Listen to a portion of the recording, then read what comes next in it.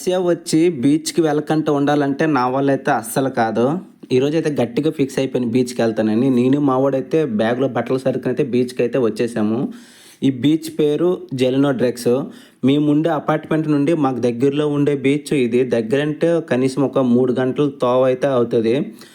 ఇక్కడైతే లొకేషన్ అయితే చాలా బాగుంటది.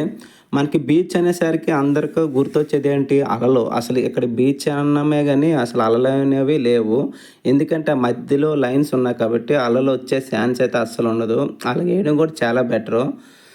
ఇంకా ఇక్కడైతే లొకేషన్ అయితే పర్లేదు బావుంది చూడడానికి. వాటర్ బ్లూగా ఇంకా ఫోటోస్‌కైతే బ్యాక్‌గ్రౌండ్ అయితే ఇంకా సూపరు.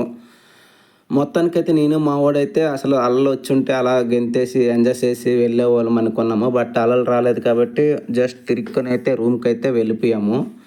ఇక్కడ మాక్సిమం అక్కడ స్విమ్మింగ్ చేసొచ్చి ఇక్కడ మాక్సిమం సన్‌రైజ్ కోసమైతే ఇక్కడ వెయిట్ చేస్తారనమాట ఇసుకలోన. ఇంకా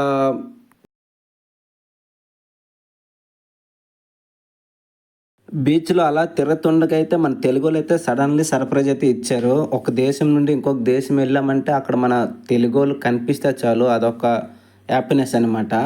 మొత్తానికైతే మన తెలుగోళ్ళైతే కలిసి అలాగైతే తిరిగాము. బీచ్‌లో మధ్యలో అయితే ఈ బ్రిడ్జెస్ అయితే ఉంటాయి. ఈ బ్రిడ్జెస్ ఏయడం వల్ల సగం దూరమే వేశాం. కనీసం ఒక 500 మీటర్ దూరంలో అయితే బ్రిడ్జ్ అయితే ఉంటది. ఇంకా మా వోడైతే నేను ఫోటోస్ తీస్తున్నాననేసి ఒకటే అలాగా స్టడీ అయిపోతున్నాను ఫొటోస్ కోసం. బట్ నేను తీసింది వీడియో మాత్రమేని. ఫోటో అయితే అస్సలు కాదు.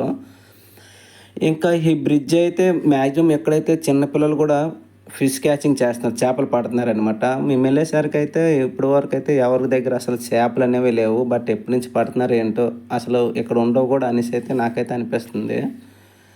ఇంకా మొత్తానికైతే ఎక్కడైతే ఫొటోస్ అయితే వండర్‌ఫుల్ అద్భుతం అని చెప్పుకోవాలి. ఎందుకంటే ఆ బ్లూ వాటర్‌కి అక్కడ ఉండే బిల్డింగ్స్‌కి బావుంటది. ఇంకైతే ఎక్కడైతే డైవింగ్ చేస్తున్నారు మీద నుంచి బ్రిడ్జ్ నుండి కింద వరకు. ఇంక మనం ఊరుకుంటామా? అలాగ ఒక రౌండేసి ఒక 2 లుక్‌లయితే ఇస్తాము.